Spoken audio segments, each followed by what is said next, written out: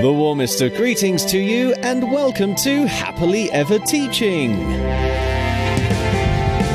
This is the podcast to help you enthrall your learners in a knowledge-rich curriculum using the best teaching method known to science, storytelling. To do this, we feature special guest educators who are passionately keen to empower your children.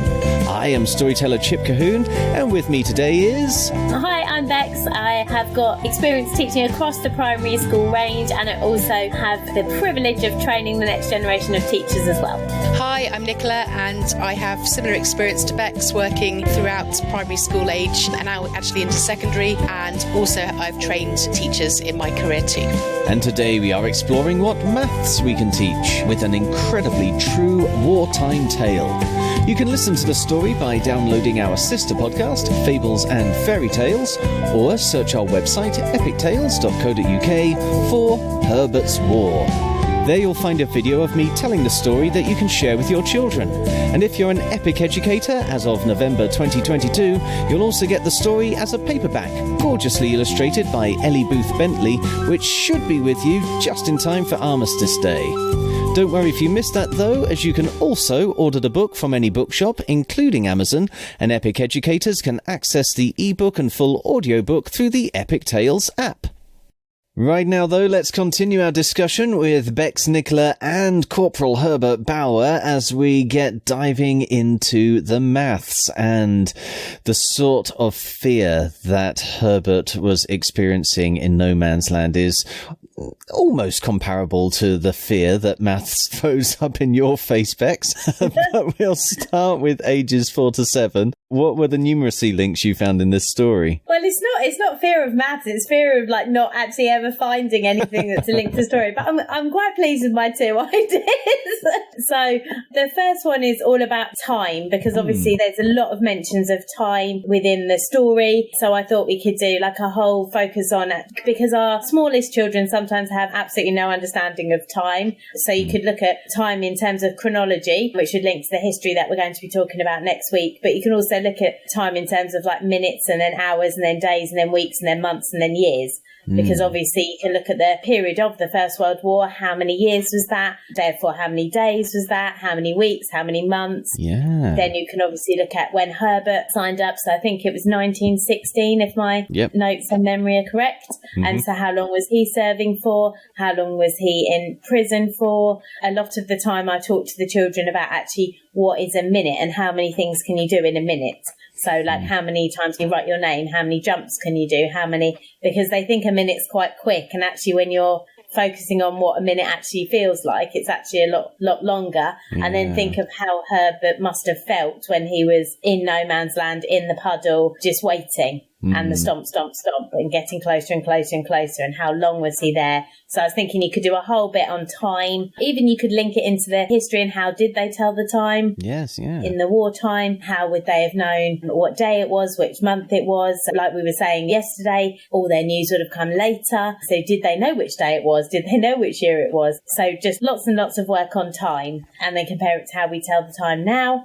I can see one activity there maybe being while he's waiting in prison, tallying up the days, yes, and then turning those tallies into weeks and then turning those weeks into months, because all maths is basically just different symbols for different amounts, isn't it? So you take that as almost like an early look at algebra almost. Yeah, and the children in year 1 and year 2 are really focusing on counting in steps of 2, 5 and 10. So that would really link into, that would be a really, really good idea. And you could say, here's some writing that we found on one of the prison walls. How long has this person been in prison for? Yeah. And how do you know? And how do you work it out? Do you need to count them all when it's in steps of 5? Well, we know there's 5. The fancy word of that is subitizing, so them recognising that 5 is 5. Just another idea that's come to me through that. You could order in length of time who's been in prison the longest. Yes, yeah. Give them some kind of imaginary prisoners, including Herbert, and then they can sequence. And Dr. Figanoff. Yeah. Dr. Figanoff, yeah. You could also think about the time that he was actually at war. How many months or years was he actually at war? And then practice counting the months of the year. That sort of thing as well. Yes. Would be useful. Because that's another objective, isn't it? Days of the week, months of the year. And you could even do some problem solving, and then you could put all that out in continuous provision as well if you're doing that in your early year settings or in your year 1 or even year 2 classes as well.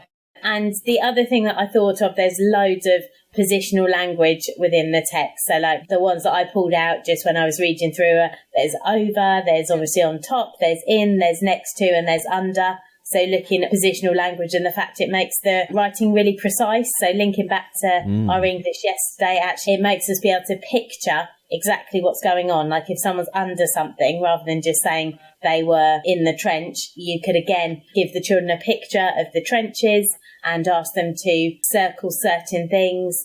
And then again, they're linking into that history and they're looking at what the trenches were actually like. And then they could be describing where an object is in the trench for their friend to find, because they quite like a little bit of competition. So you can say, hey, describe one of these objects to your friend, and they have to guess which one you're describing and make it really precise. So that's kind of where I'd probably go. And then I'm going to talk about this a little bit more next week, but have a like tough tray or a tough spot. I know people call it different things on those big black trays, making a mini trench in it, or mini trenches and some mini no man's land for the children to use Small World play in. But I think they could then put things in the Small World tray and label it with the correct vocabulary as well. And you could have a little game with one of them maybe being Corporal Bauer or even, you know, one of the other commanders, telling them, you know, okay, it's under the cabinet or it's beside the, well, I don't know, did they have fridges? I don't know. I don't know enough about the trench warfare. Only in the field kitchens. The field kitchens, okay. Which were away from the front line. But you could have a corporal or in your maths lesson, you could take them out, and I used to use hoops, like PE hoops, and they had to, when the command was given, they had to like get in your PE hoop, they all had to get in their PE hoop. So you could do a bit of Corporal Bauer says, which would be great.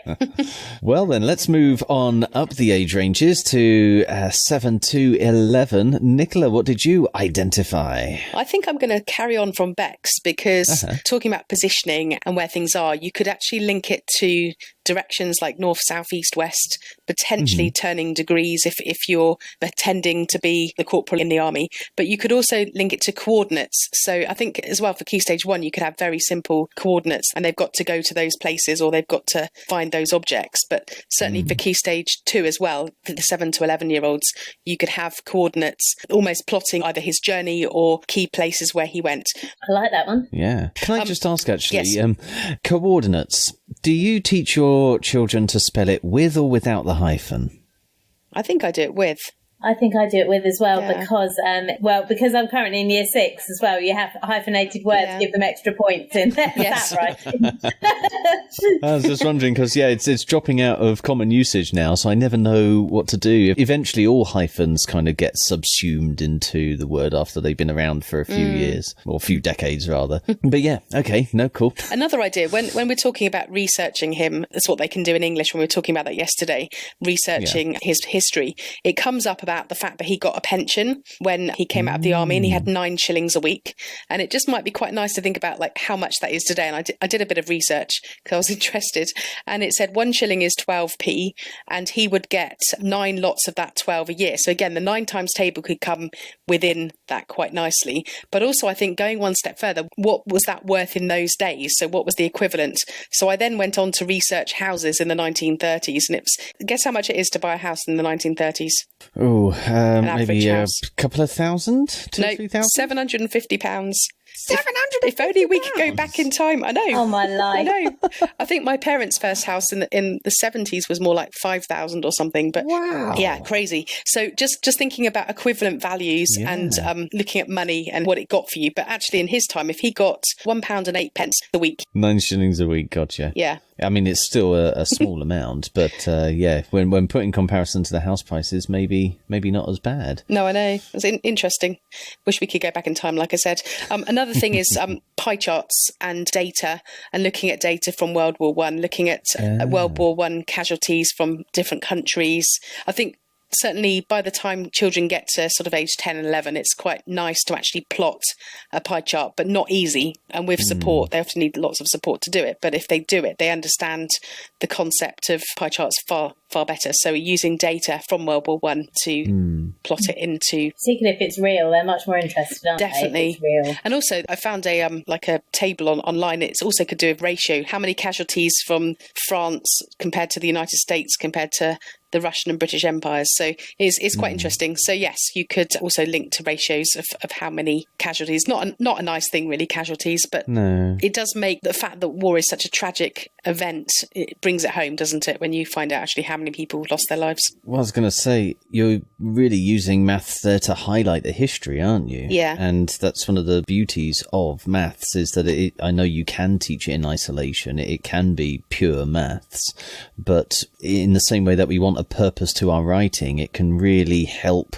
solidify maths in a learner's mind if they are actually seeing the use of it. And for things like pie charts, which is basically percentages mixed with degrees, isn't it? Mm-hmm. And things like coordinates, positional language, as you're talking about here, you are giving them a real thing to cling that maths to in their head. Yep, exactly. It was just under £5 for his pension, by the way. I've just got it now, that he'd get a year. Just under £5 a year? Yeah, but I imagine he'd have topped that up with other sources, but yes. Well, you'd hope so, because, that still sounds like a horrendously low amount of money. Hopefully he'd have had his house by then, I guess. Yeah. That's all we have time for in this episode, folks. If you'd like to talk to us about anything you've heard in this podcast, or if there's a subject you are soon to teach that you'd like us to cover, you can find us on social media using @TeachHappily, or leave us a review using your favourite podcast app. Please also share this podcast with your colleagues and help us start a story-led revolution in classrooms around the world, so children everywhere can enjoy knowledge-rich learning in a way that's effective, memorable and enjoyable all at the same time. Tomorrow, Corporal Herbert Bauer will help us teach science. But right now, it only remains for me to say cheerio, and we hope to hear your story soon. So, cheerio! And we hope to hear your story soon.